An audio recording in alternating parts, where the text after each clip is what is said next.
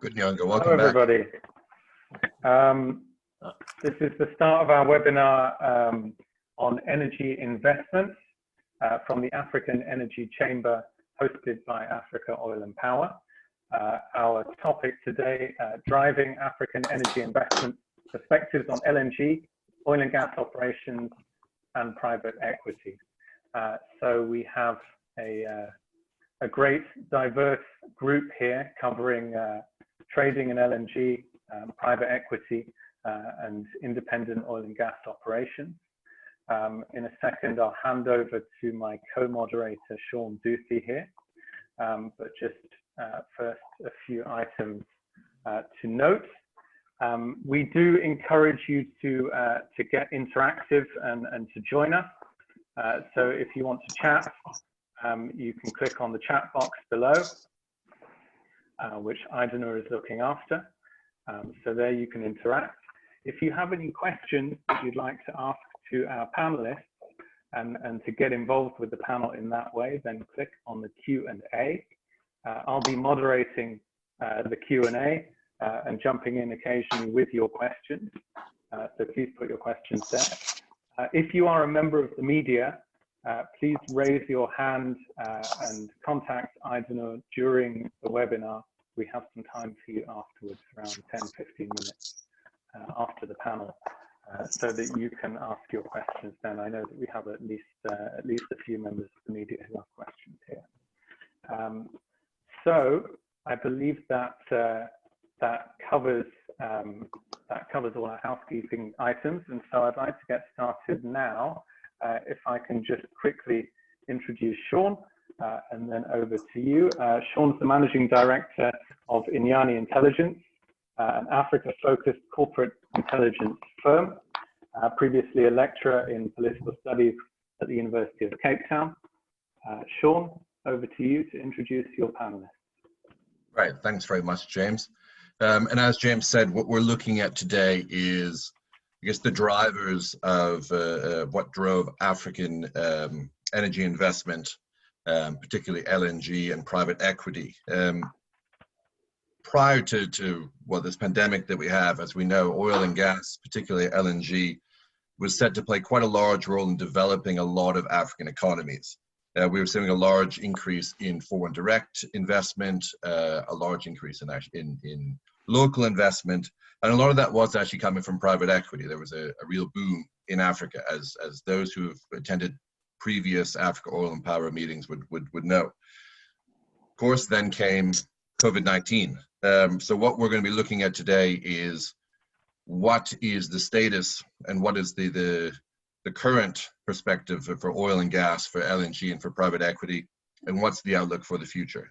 I think before I introduce the guests, obviously it's a little bit of a different format. I know I've been on panels with some of these speakers before, and it's always nice, you can kind of see the people. It's a bit different now, but we do encourage you to ask questions and to participate. I will ask a couple of questions, but I think it's always better to have a bit of a back and forth with people from the audience. So please do ask questions, and James will make sure that I'm signaled and they will be asked to the speakers. So for the panelists we have today, we're a very esteemed bunch. I'll start with Nyonga. Nyonga Fofang is the Managing Director of Bambili Group, a Pan-African focused private equity firm, and he's also a member of the AOP Advisory Board. Next, we have Kola Karim, who's the CEO and MD of Shoreline Energy International, a Nigerian company which has a diverse interest in energy, infrastructure, telecommunications, and also trading. And last but not least, Steve Brann is responsible for long-term LNG at energy and commodities company Vitol. And he's also served on Vitol's investment and origination teams with a focus on LNG and oil and gas. Welcome, gentlemen. Welcome to the panel. Thank you very much for being here. Thank you. Let's kick right into it. I think Nyonga, I'll go to you first, but obviously we're gonna chat about this for a bit because this is kind of the main thing. In your estimation, how has the private equity market been hit by COVID-19? Well, if you want to aggregate this crisis with the So the dot-com bubble in 2000 and the financial crisis in 2008, it doesn't equate to this one at all. So it has really been a significant hit across the sector.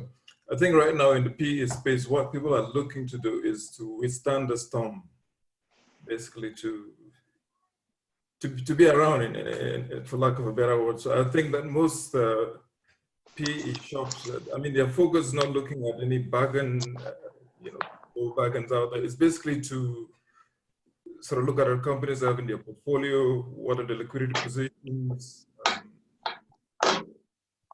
what's their revolving credit lines, what are the planned expenses, what are investments to be delayed, what sort of additional capital that is required to withstand the storm. So I think it's we're in for an interesting time. It's sort of the new normal or the new abnormal. But it is it's an unusual times, and I think right now most folks are just trying to withstand the storm. Yeah, I think so. And Steve, what about for LNG, the market with LNG? Has that also been taking a massive hit? I think the world was already expecting to have an oversupply of LNG this year, as we did in 2019. And COVID-19 has really just exacerbated that oversupply. On the demand side, we have seen a reduction in LNG demand worldwide, less so than we have had for crude oil and petroleum products. LNG's and gas has sustained a bit better, but there have been drops in demand worldwide. At the same time, the production has actually been higher than expected, largely because planned maintenance programs have been delayed because of the virus. So the supply-demand expectation has been exacerbated by COVID-19. We're already seeing some of the demand return in the East, which is a very positive thing. We have not seen it return in Europe yet. So what you're seeing happen in Europe is a lot of the global oversupply is actually being dumped into European grids and into European storage, which is nearly full. And that is driving largely the global hit on prices, right? So we've had prices below $2 delivered in Asia and prices just above $1 delivered in Europe this year, which is unheard of. And Kola, I mean, Shoreline operates in the upstream, midstream, downstream, and also the other energy sectors. How has COVID affected your operations and the operations in Nigeria? On the demand side, it's been terrible. As you know, the global pandemic has exacerbated the position, and the lockdown is killed demand. Global demand, from estimation, has dropped by about 30%. So we've now got oversupply of crude in the market, and hence the ultra low prices like it's not been seen in about 35 years. Which is a mega problem for lots of companies. We've seen the forced cutback from a lot of the major players, like what Saudi Arabia came up with again yesterday, which is hopefully helping some resurging in prices, but is not going to be in pre-COVID type numbers as we saw earlier this year.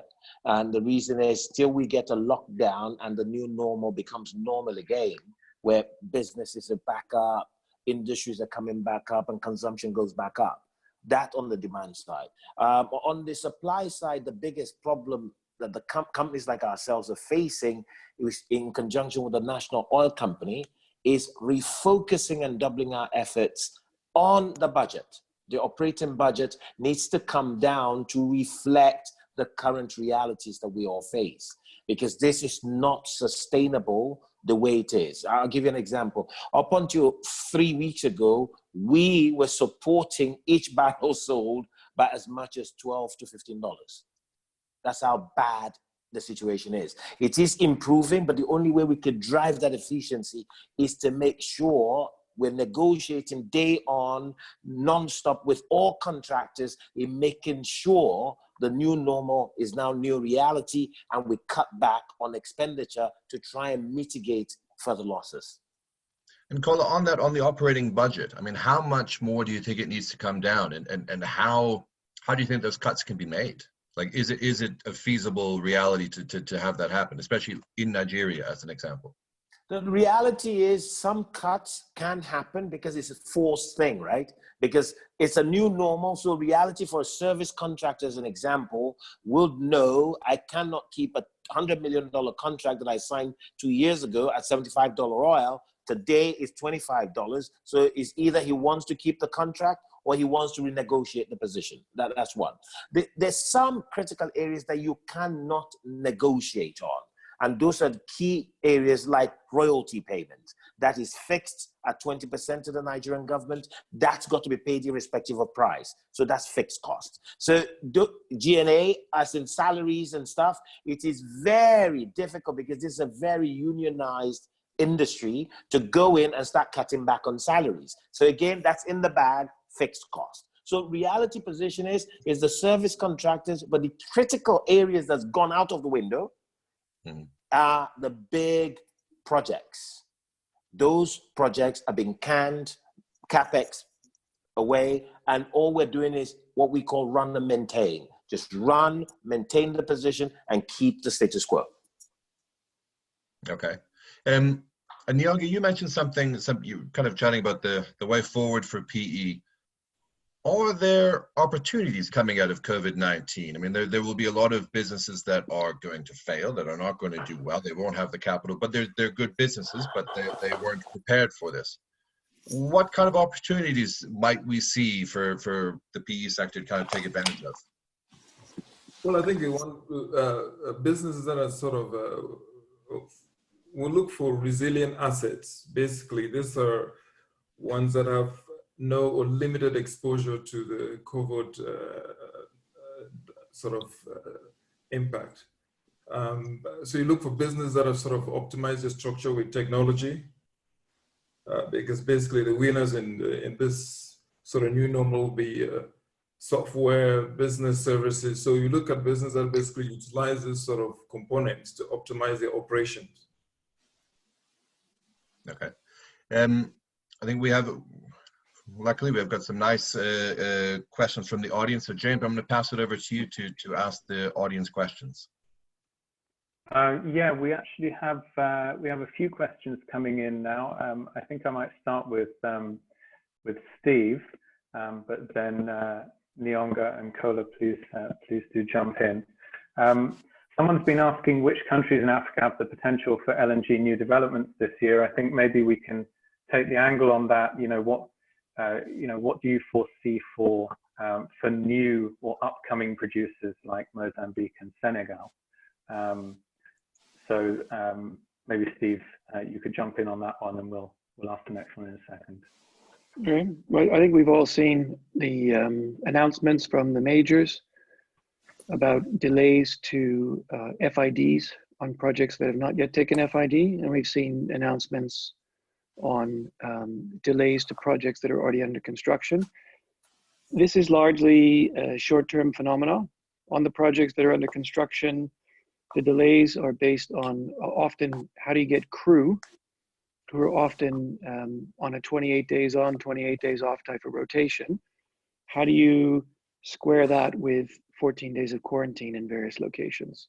So it's been a bit tricky just to get people on and off of platforms for operating assets, but also for projects. We have seen some attempts to declare FM on projects, sometimes valid, sometimes invalid. And then on the delays to FID, they were already going to be tricky this year because of the expected low pricing, and the FIDs are just getting pushed back a bit until there's a bit more certainty. So to my knowledge, there aren't any projects expected to come on stream this year, but there were some big decisions that people were hoping to make this year. The silver lining in that is that Nigeria LNG announced yesterday that they had signed their EPC contract for Train 7. And that's in the midst of this crisis. Part of the reason they're able to do so is that the project is fully supported by its shareholders. They're not in a situation where they need to go out and sell all of the volume to the market. The actual shareholders of Nigeria LNG can take their own equity volumes, and that will underwrite the project. And they're all very, very strong companies in their own right. So projects like that can still progress, provided they can actually get their counterparties to sign contracts during the crisis. So we see 6 to 12 months delay on everything. And then 2021, hopefully, a recovery in these projects. Thank you very much. Kola, I'll address this one to you. Will the current low gas prices be a driver to switch to gas to power in Africa? Or do you expect coal and oil to still figure in development plans? That's from Colin Graham. Thank you. Look, I think that is a very important question, actually. And this has always been the line of thought of what I put in a bucket of where the opportunities post-COVID will come from. And this is where the sovereign, like Nigeria, could redirect and change the Africa Master Plan. I'll give you an example. Look, with where we find ourselves today, Nigeria is more of a gas country than an oil producing country. Why? Nigeria alone sits on, discovered, over 210 million scops of gas. Sorry, 210 TCF of gas in Nigeria alone. So you can imagine talking about the fourth industrial revolution, utilizing gas to power in Africa, changing the dynamics by building. Just imagine trying to get out of this recession that is going to happen, that is going to come. Just imagine in Nigeria, start a grand master plan of building gas distribution pipelines, cross borders. So thinking of from Nigeria through Cameroon, going Central African Republic, creating gas hubs into countries till you end and link up with Mozambique and going with Mozambique going south. Then from northern Nigeria, going through Niger, going north and crossing into Italy. Then from the west, continuation of the West African gas pipeline, going all the way through Morocco into Spain. Just imagine all the African nations that this will revolutionize the industrial capacity by provision of efficient, clean, or cleaner source of fuel to fuel that fourth industrial revolution. And there couldn't be a better time to do it than now, where contracting obligations are lacking, so you can negotiate and get better terms on ground in energizing a project of this nature. This, for me, is one of the major advantages that sovereign nations of Mozambique, Senegal, Nigeria should be getting together today in creating a Pan-African master plan. And this, going forward, will be a natural hedge for future oil collapses.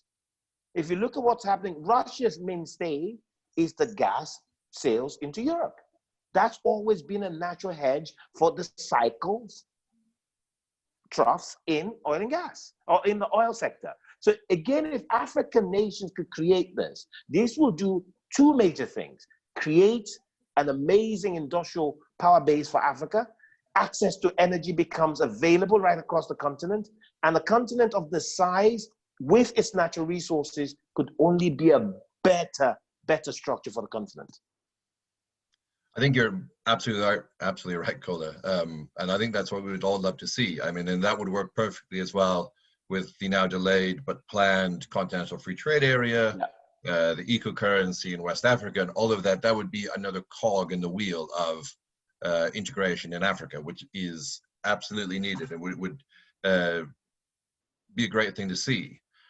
But what have you seen? I mean, have you spoken with anyone in Nigeria? Do you think, I mean, what's the likelihood that you think that would actually happen? That we'd actually see the political will and that kind of industrialization and cooperation happen? I think the reality is that the new normal is going to force a lot of government rethink on things like this. Look, at the end of the day, when you're producing offshore oil between $25, $30 a barrel, and you're selling at $25, reality, something's got to give. And this is where the opportunity is going to come for sovereign nations, sovereign states, to start thinking out of the box in seeing how do we continue to mitigate these losses by also energizing a market that's ready and available, and that's the gas market on the continent. Absolutely. Let's kind of stick with government. Maybe a bit, you can answer if you like, but Nyonga, let's start with you. So we're both in South Africa. We have a pretty hard lockdown here. And we were chatting before. Steve was saying about how the delays are short term. A lot of it is due to the imposed quarantine that you have to do. A lot of the losses have been due to the lockdowns that we've had.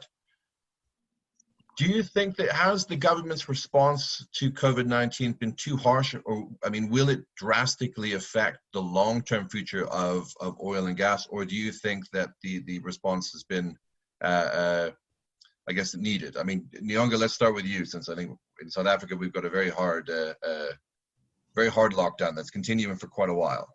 Indeed, I completely agree. It's I call it a high-class jail session we're going through, without any sense of a parole yet. Clearly, I think it is clear that this pandemic and its implication and impact, it's still far-reaching, and nobody quite know the extent. To the degree of the quality of the lockdown measures, I'm not quite sure whether on how the government is approaching that, and what are sort of rationale. The view is that they're taking scientific input into consideration, but no doubt it's postponing a lot of issues in terms of an exactitude about the number of infected folks, and also about the impact of the economy. We're not sure yet how that is going to look like. All we know is that it's not going to be a normal economy when we open. I think when we reopen to the new normal, I think it will be pretty much impacted by a lot of the other bigger economies. I mean, China went through its own lockdown, and like somebody who's been, prevented from having food, I think when they start consuming, it's going to have a big impact in terms of the quality of consumption of the energy space, and we'll see the impact of that in pricing also. So I think it probably would cascade down to every other lockdown opportunities or cases like South Africa, but the degree of rationale behind that and the extent of the lockdown, I'm not sure. Yeah. Well, I mean, I think we've all kind of mentioned the new normal, that when this is all said and done, whenever that will be, it won't be back to business as normal. Steve, what role do you see LNG playing, trying to help countries recover from the economic ramifications of COVID-19? What role will LNG play in Africa post-COVID? I guess we're talking about two different aspects. One is producing country, and one is potential demand country, really. In terms of the producing countries, for a while, they're not going to see a great amount of revenue coming back from LNG, certainly not for the rest of this year, because prices in Europe and also prices in the Far East are going to remain pretty suppressed for a while. The ability to generate higher pricing and higher revenues is largely going to depend on consuming the planned oversupply, which we expect it to be gobbled up sometime next year anyway. But then it'll come down to what shape of recovery do we all have? When are we back on the same trajectory we were on before? So instead of the market tightening sometime in 2021, as was the expectation, perhaps the tightening doesn't occur until late winter 21 or sometime in 2022. And so we see the producing countries starting to benefit probably a bit later than they had hoped to. On the demand side, it comes down to whether or not countries can and choose to use LNG or domestic gas instead of other alternatives for producing electricity and for fueling industry. The prices look very, very attractive right now on a competitive basis. We have seen coal to gas switching in Europe, where it's easiest to do. We've seen some coal to gas switching in Asia, where there is flexible capacity to do so. In Africa, there's a handful of countries that have very, very large industrial bases and very, very large power generation bases who could benefit from low-priced LNG, both environmentally and price-wise. But then most of Africa has very, very small power demand and very, very small industrial demand. And the big nut that no one has been able to crack yet is how do you set up either a hub and spoke type LNG receiving infrastructure to service multiple markets, or how do you justify one large LNG project and then use that project to feed other countries in a small way once the big investment has been made. The biggest challenge around that is financing. When you look at the private sector in Africa, and we've looked at this in certain African countries, especially in West Africa, if you're trying to sell LNG by truck or regasified LNG in small quantities by pipeline to industrial customers, very bankable customers, most of them don't want to sign a contract that goes on for more than 12 months. So there's no way to raise debt against an import project against a 12-month commitment. You need a multi-year commitment. And on the power side, which your counterparty tends to be the government, governments in lots of Africa think of LNG initially like they think of oil, like HFO or diesel or coal, which is that it's quite inexpensive to import it. And that's not entirely true with LNG. You do need to make a long-term commitment to the infrastructure. So I think the demand side is going to remain as choppy as it was before until we see one hub show up, hopefully in West Africa, but it could also take place in East Africa, maybe in Mozambique. And that hub is underwritten by a project, and then you can lighter off of that hub and deliver into small countries. On the producer side, it's going to be all about global recovery and how quickly the global recovery comes. Okay, and Kola, I know you're interested in this as well. I mean, do you agree that, I mean, it would be nice if maybe the low prices might see this as a driver for more African countries to push into LNG? Do you see that happening? Will COVID-19 help that push, or is it still a long way off? It's still a long way off because of the financial commitments. And as Steve said, most of the financially viable industrial users do not want a long-term commitment. Why? Because the question mark around what the future holds for the availability of cheap and efficient power source for their industries. That's one. But I'll tell you something. I always see an opportunity in every misadventure. And this, for me, for the continent of Africa, is one of those. And it could work in tandem with what Steve's solution of having some facilities across the continent. But think about this. If Russia could feed the European Union with domestic gas, why could nations in Africa that has found phenomenal amount of gas not look at a two-pronged structure, developing LNG and also developing a local solution? This would always be a buffer to a cyclical market that you can't control. I'll give you an example. In Nigeria, the price of LNG today, as Steve just said, is at the pits of hell. But local consumption today is still $2.50 to the local power producers. So think about it.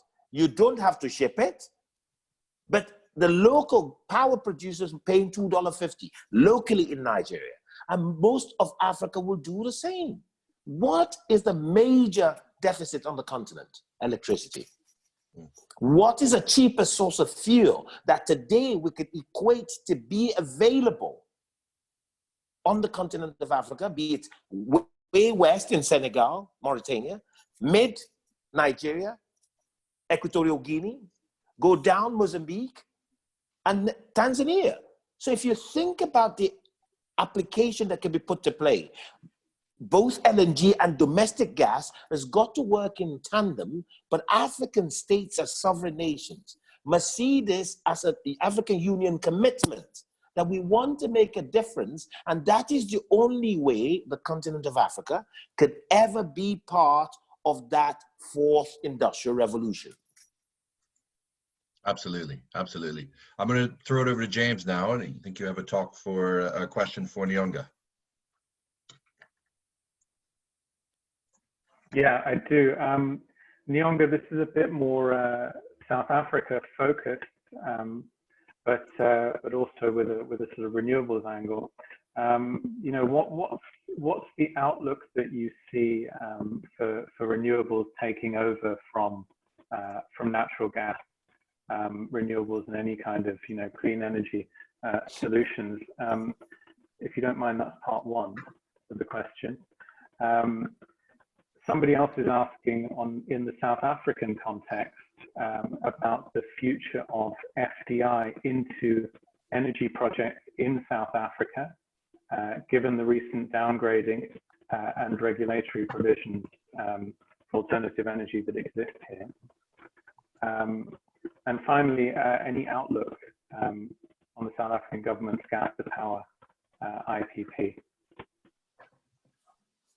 Thanks. I think before I get into that, I want to just make a comment, and it's directly related to these questions regarding what Steve and Kola raised about gas and availability. I think a lot of it would have to do with, I do agree, I mean, there's a funding element to it, but the funding element is directly related to the sort of creative or the absence of creative regulatory regimes.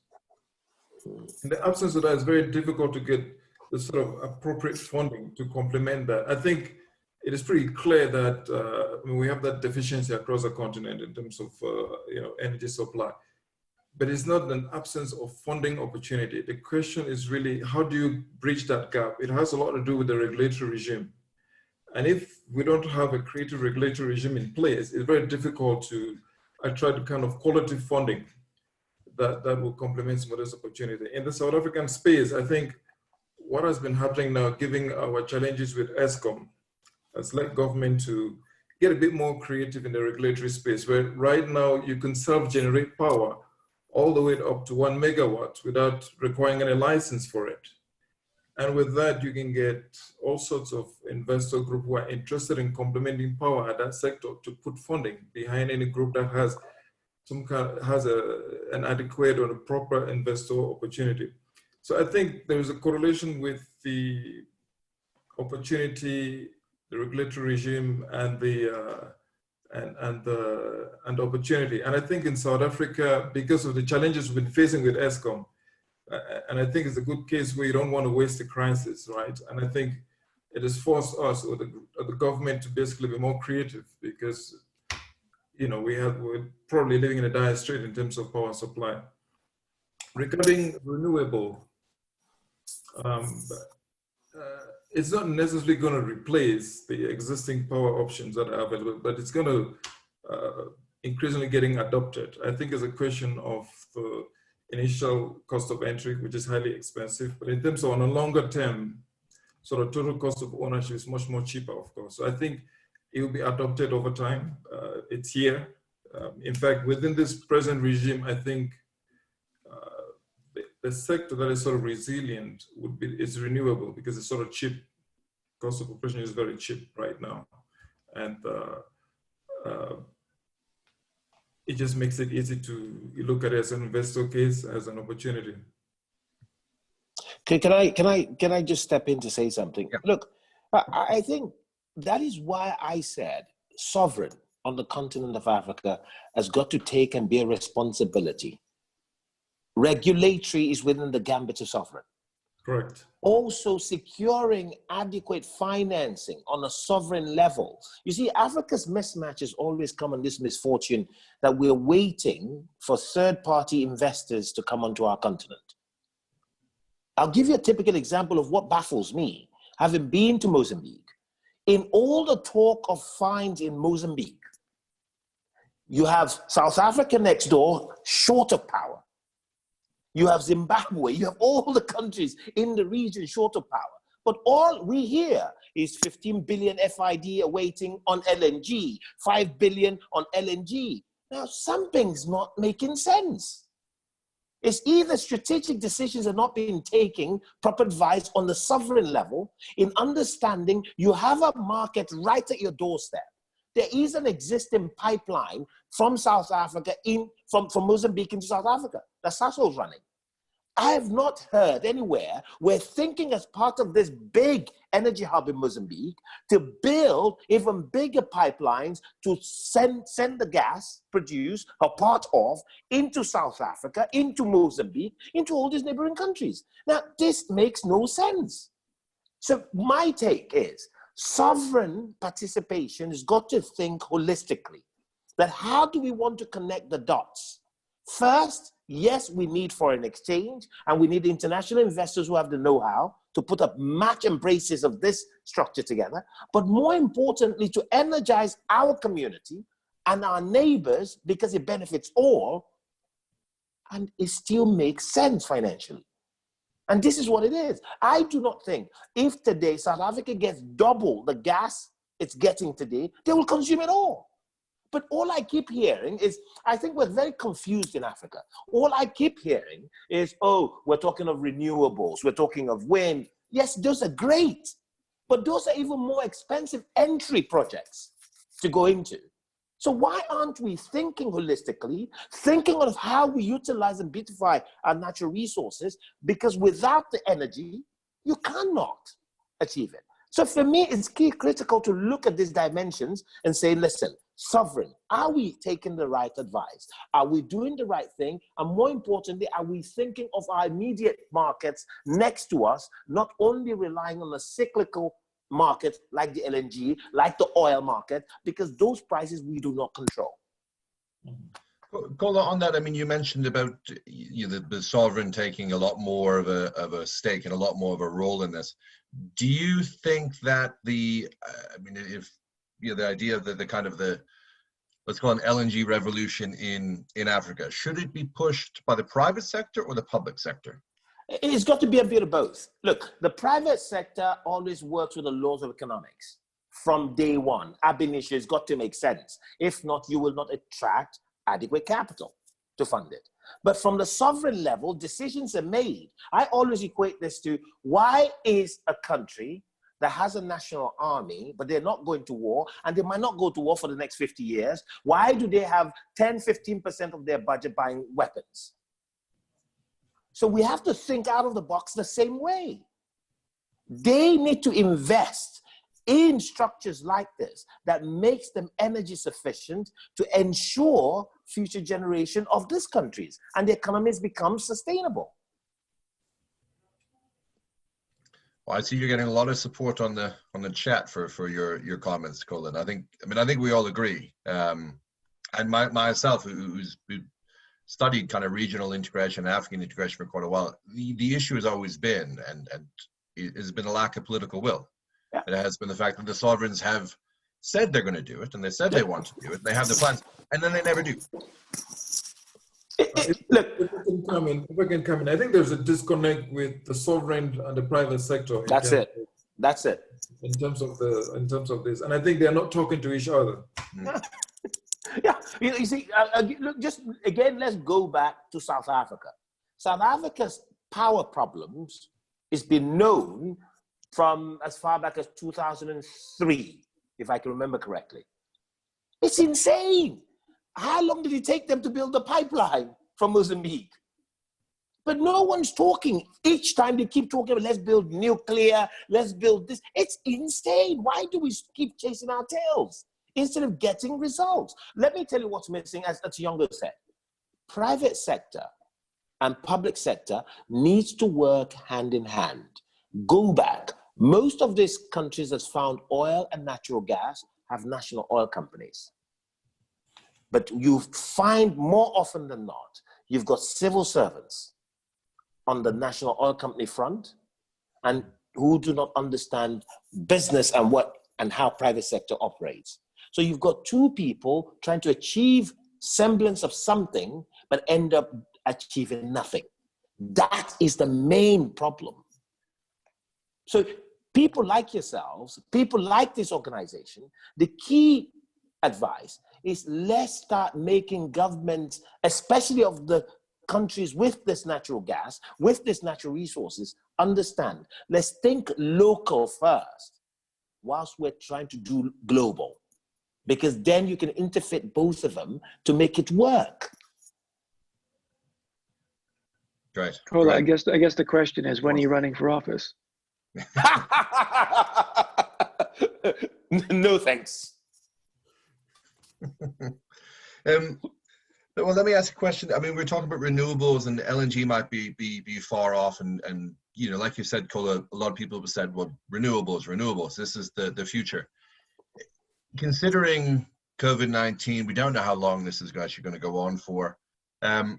But what projects do you think in the next year, 2, 3 years, what projects are investors going to be most attracted to? Then Kola, do you want to go first on that? Like, if you look at reality, not focusing on the energy sector, one thing is clear. Pharmaceuticals and food is part of the reality of where we are today as the new normal. So most investors I have spoken to, when you call someone up and say, listen, Africa has an amazing opportunity, oil and gas, prices are all-time low, you could buy companies and assets cheap, what you get back is, listen, the new normal post-COVID, I'm looking at food, tech. Someone said to me yesterday, warehousing, and I'm trying to connect the dots, right? So the key is this. My view is the energy sector in Africa, using the solid base of our natural resources that we're sitting on right across the continent, could become an amazing opportunity for Africa and Africans to change the narrative and the dial in making a difference to the energy space completely. But sovereign needs to take the lead because it's easier. I'll give you a typical example. Nigeria as a sovereign state could easily go to the multilateral agency, to the IMF 2 weeks ago, and they got $3.4 billion like that. That's what sovereign can do. They could mobilize capital at a much larger space to getting transactions done, but being part of it. Not leaving it to private sector, because the private sector drive and focus, it's only to earn a profit. No investor with his investable capital will come to Africa because I love the continent. It's because the returns are good and we're making a profit. If not, I would rather sit in cushy London or New York or in Tokyo, invest my capital and make that same return. That's reality. So we should never kid ourselves. That's my contribution. And Nyonga, do you agree? I mean, where do you see this? I beg to differ with Kola. I like the continent. Sorry? I like the continent. Okay, let's do a deal for below 10% IRR. So the issue really is about quality. Mm-hmm. Clearly, investors will be looking. There's a move towards quality investment opportunity. You'd want to look at cases where there's resiliency in terms of the kind of exposure and business that you're looking at. I do agree with you. People look at businesses that are resilient to the current pandemic impact, technology, business service, software, and of course, there is a temporary shift away from transportation. Aviation is suffering a lot and will suffer quite. But I don't think we'll go back to the olden days of using the sailboat. We'll still fly. It's just going to be a question of the costs. So I think business will have to reinvent itself to survive in the next new norm. And I think also business in Africa has to be perceived in the same fashion. And I think investors looking at Africa would also want to wear the same sort of outfit as you look at opportunities. What's the quality assets that are out there? What are the management team? What are the sort of structures you're using, be it technology or software, to optimize the operation to make it an efficient, sustainable system or business opportunity? So I think that some things will not change in terms of how investors look at opportunities. You're looking at bottom line at the end of the day. Yeah. And And of course, you pay particular attention to the regulatory environment. Is it easier for me to do business in X or in Y? Which comes down to, again, to what are the sovereigns doing to encourage qualitative investment to complement some of the opportunities? Kola, do you want to? Yeah, reply? I was just going to say this. Look, if you look at Steve, they've got an amazing business and understands the space. They're private sector, private capital, but their capital has to have a certain return hurdle. But that still has a place on the continent. Because if you think about Africa with receiving terminals, about 5 receiving terminals, still feeding the local domestic gas market, feeding the power sector. This could be an integrated process, but you need people at the bottom and the top of the chain to make sure that fusion works with the right regulatory structure to make sure private sector, side by side with public sector, could work and everyone hecks out a living. Right. Well, we've chatted a bit about the financing of these projects as well, and how we're going to finance them, and the issues that we have in Africa with financing these big projects, and usually having to go abroad. If you had, I mean, maybe there are some of the participants here who are maybe small independent African oil companies, gas companies, service companies. Where would you recommend them look for investments going forward in the post-COVID new normal? Should they look at maybe bonds and PE, DFIs? Nyonga, should we start with you? Where should people look for money in the new normal? People look for money. I think you want to look for patient capital. Basically sovereign wealth funds, family offices, and some of the pension funds that are looking for long-term sustainable returns. That's the sort of investor backing that you want to look for. Not the sort of short-term with sort of trading output in terms of their their style. So if you're looking for investor sponsorship, I think you want to look for an investor that has patience capital as part of his mandate, in terms of we're sitting here, we're looking for stability and of course long-term growth. And Kola, what do you think? And then we'll go to Steve. Where should people look? I mean, and I guess in a way also, what advice would you give to maybe a small, medium-sized enterprise who's looking to grow in the new normal post-COVID Africa? Look, one big position Africa always finds itself, that we've realized over the last couple of years, is there's a lot of do-good capital, is what I call it. There's a lot of do-good capital that's sitting out there, wanting to be seen in the new world we live in, wanting to be seen that I'm doing some CSR, some good on the continent, right? I remember 2 years ago, I was talking to a big fund manager, and we were talking about Africa, why are sovereign debts on the continent not being subscribed? This is corporate sovereign debts not being subscribed, and the pricing, and he said to me, look, Kola, writing a ticket of $50 million is nothing to my portfolio of 100 billion. But at least when I'm pitching for money, I could tick that box that I'm investing in emerging markets, I'm investing in Africa. That's the way he sees it. So there's a lot of, I don't call it dumb money, but there's a lot of do-good money out there as well from family offices who have seen this, let's chip in $2 million, $5 million there. But the reality is most of these projects got to be prepared to be above standard. So it's presented properly, and the investors or potential investors can understand what it is and what you're offering. More importantly, you find though, that the investors, the capital also follows the people presenting them, then the transaction itself. So it's key critical, you prepare from both ends. The business got to be sound and make sense, but the promoters, more importantly, have got to have impeccable positioning to support themselves. Okay. We're about 10 minutes left in the webinar. I'm going to throw it over to James, who has a couple of questions just to finish up. Over to you, James.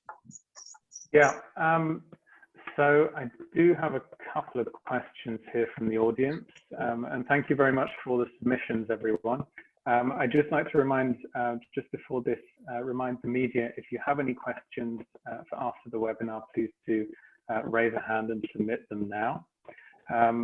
So first to you, Nyonga, how do you foresee exits in private equity in the next 12 months in South Africa, or indeed around Africa, with the persistence of COVID-19? I think exits will inevitably drop in the short term. I think the holding periods for some of the assets will have to extend. It wouldn't just make sense to look at exit options at this rate. So I think that a lot of outfits would want to sort of renegotiate exit options for sort of longer tenure. It just doesn't make sense to exit at this level. So I think that the majority will, of course, we want to hold up a little bit to some quality of maturity before the exit. Except if there is sort of redemption pressure, liquidity pressure from the sponsor groups or whatever. All right, thank you. And I've got a question for you, Kola. This one's coming from Derek Campbell. He wants to, he's asking about the upcoming round of marginal field opportunities in Nigeria. I was actually wondering myself how the marginal field players would be impacted here. He wants to know if this is, in your view, a committed effort from NNPC to let new players into the market. He wants to understand if this is a real play, as he says, or a way to get signing bonus money and then over-legislate the opportunity out of existence, in Derek's words. But my evaluation is this: it's a real play because it's been on the cards for quite a while. But even more so now with the global downturn, I don't think necessarily it's a good time because, one, how much capital is out there following oil and gas today if you're a risk manager looking at where oil and gas is. So it is a real play. Government is going to get it done. We've seen a lot of movement in the market in the last 2 weeks and a lot of talk and announcements, but when it's actually going to happen is up in the air. Okay, thank you. And actually, we have a question for you, Shawn. So, from the lens of corporate intelligence, how do you see the risk environment changing during and post-COVID in the energy investment landscape on the continent? Yeah, good question. I mean, I think now what we've seen, looking at first politically, we're definitely seeing a lot of countries taking advantage of COVID-19 and being able to put in states of emergency, states of crisis, cancel, delay elections. So we are seeing a backtracking of democratization in the continent. And one of the concerns is obviously that when we go to a new normal, how long will it take for some of these governments to actually go to that new normal where they take down the state of emergency? Because COVID-19 is not really going to go anywhere. So the question is, if that's not going to go anywhere, are we going to still kind of see a creeping authoritarian government coming into some of these countries? That's written a couple of articles, and that's kind of been on our mind. I mean, operationally as well, the operational risk is going to increase as all economies are going to take a hit. And as the economies take a hit, we're going to expect a lot more social strife. I mean, in South Africa especially, where, I mean, we love to protest, there will be a large, I guess, a growing cleavage, a growing inequality, and without any kind of a strong leadership. And I mean, like Kola was saying, to actually use this crisis as an advantage to change things, quite frankly, and change the nature of the economy, that's going to get worse. As far as kind of corporate intelligence, corruption, things like that, I don't know whether if someone's looking to go into the oil and gas sector, the energy sector after this, whether there will be increased risk of bribery, of corruption, you know, I think that's always going to be there. I don't see it increasing because of COVID-19. I don't see a reason why more people might want to find ways in, you know, with underhanded means or breaking the law. So I don't see that to be a major issue, but I think there's definitely going to be a lot more political security operational risk because of COVID-19. Great, thanks very much, Shawn. We are going to go over to media questions in a moment, but to wrap up, I think we can go back to our panelists and just ask for any final comments here. And Stephen, if we could start with you. No, it's been a vibrant discussion, and thank you to the panelists and the rest of the audience for throwing up so many challenging questions. I think my parting comments would be, none of us knows exactly when is the end of COVID-19 in terms of material impact. I think we're all hoping that we just had this one major wave, and even if there's a resurgence, it's not so bad, and then our economies can get back on our feet. But we don't know for sure. So it feels like it's going to be a bit of a whipsaw 2020. And until we get either a vaccine or a treatment or some answers, we're not really sure where the market is headed. So in the meantime, I think the key is to just keep plugging away at the projects we have, at the trade relationships we have, being very, very cautious about credit, being very cautious about new trading relationships, but kind of keep the world ticking over, as it were, until we have a little bit more visibility. And then longer term, we will get back to some form of normal, and we will see investment in the continent, I think, expand quite dramatically. Thank you very much. Nyonga, do you have any wrap-up comments? Right. I think it is an opportunity not to waste the crisis. We would have to reimagine our businesses going forward, and we would have to start, I think, maybe sort of segue into lots of scenario planning about how we reposition the business, optimize the structures, and also, you know, stress testing, whether it's going to be a U-shape or a V-shape recovery with all the projects and projections for liquidity and capital needs. And I think that, as Steve said, it's very difficult to have a clear sight in terms of what the end game would look like. But I think in lieu of that, I think one would just have to keep, you know, coming up a couple of scenario planning and stress testing about the business model, and also instituting a sort of liquidity discipline on every sort of portfolio investment, and always doing what I'd call, you know, typical bottom-up review of the business, and while anticipating that there will be some kind of a treatment. Thank you. And Kola? One thing is clear, post-pandemic, Africa will face a very trying time.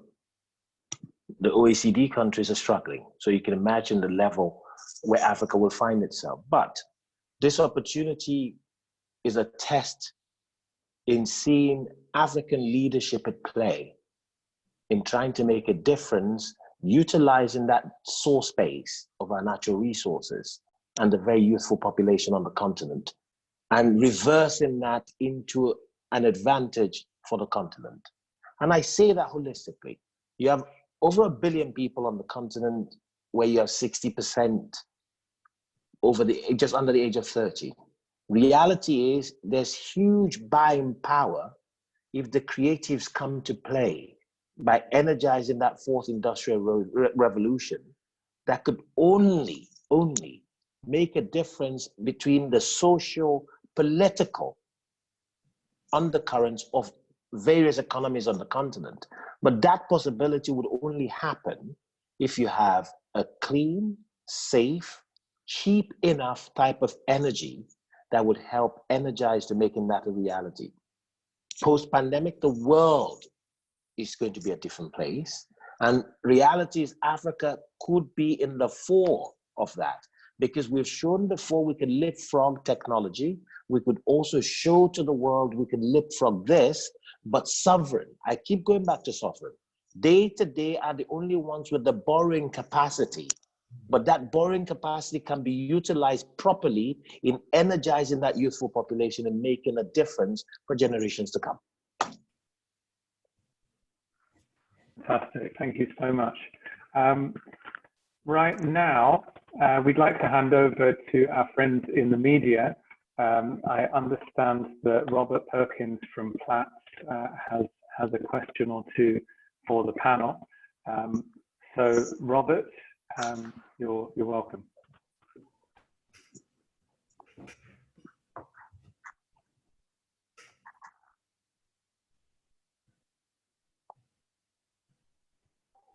Do we have Robert Perkins? No. It doesn't look like it. All right, well, no problem then. I think he is on, but he's on mute. Yeah. He does seem to be. Hello, can you hear me? There we go. There you go. Hello, can you guys hear me? Yes. Yeah. Oh, great. Thank you. Hello, everyone. Thank you for taking the time for this call and taking my questions. I had a couple really for Stephen, actually. I think first of all, I guess I was thinking around the commentary in terms of the risk to long-term energy demands, coupled with the increasing imperatives of the decarbonisation push that the sector is grappling with. I just wondered, do you see that tempering at all Vitol's appetite for growing its oil-focused operations in Africa? So I'm thinking here, is Vitol still very interested in expanding its producing assets, refining and storage and trading capabilities on the continent, or do you see more of a focus now going forward towards perhaps power and gas? And then secondly, on the LNG, I take on board your comments in terms of the potential delays to FIDs broadly on the continent. I just wonder, does that comment refer also to your specific deal with Equatorial Guinea's Punta Europa gas mega hub? Do you see that basically on ice now for a year or so, at least? Thank you.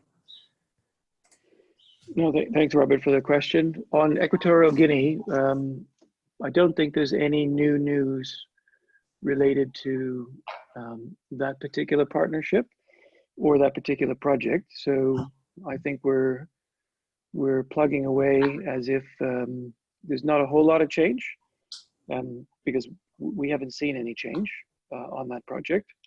With regards to Vitol investment in Africa as a whole, and in certain geographies in Africa, it continues to be a key focus for Vitol across all of our businesses. Billion-plus population growing rapidly, big emerging economies, lots of trade within Africa itself, which is very, very positive. To Kola's earlier point, investing in the right places with the right partners can generate reasonable returns. We don't need crazy exceptional returns. They just need to match the risk profile of the investment. So Africa will continue to be a focus area for us to do further infrastructure investments, upstream, midstream, trading, and then downstream. As you know, we're in over 20 countries on the retail side. So we will continue to look for the right opportunities to expand that portfolio.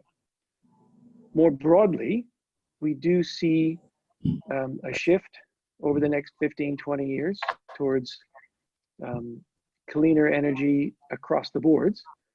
Yes, that does include renewables, and we've made investments already in Ukraine, North America, and other places in renewable power generation, both wind and solar. We're looking to do the same in Africa. And as a bridging fuel, we're very big believers in natural gas, whether it's by pipeline or as LNG or as CNG. So yes, we do continue to see that being an opportunity in Africa for quite a few years.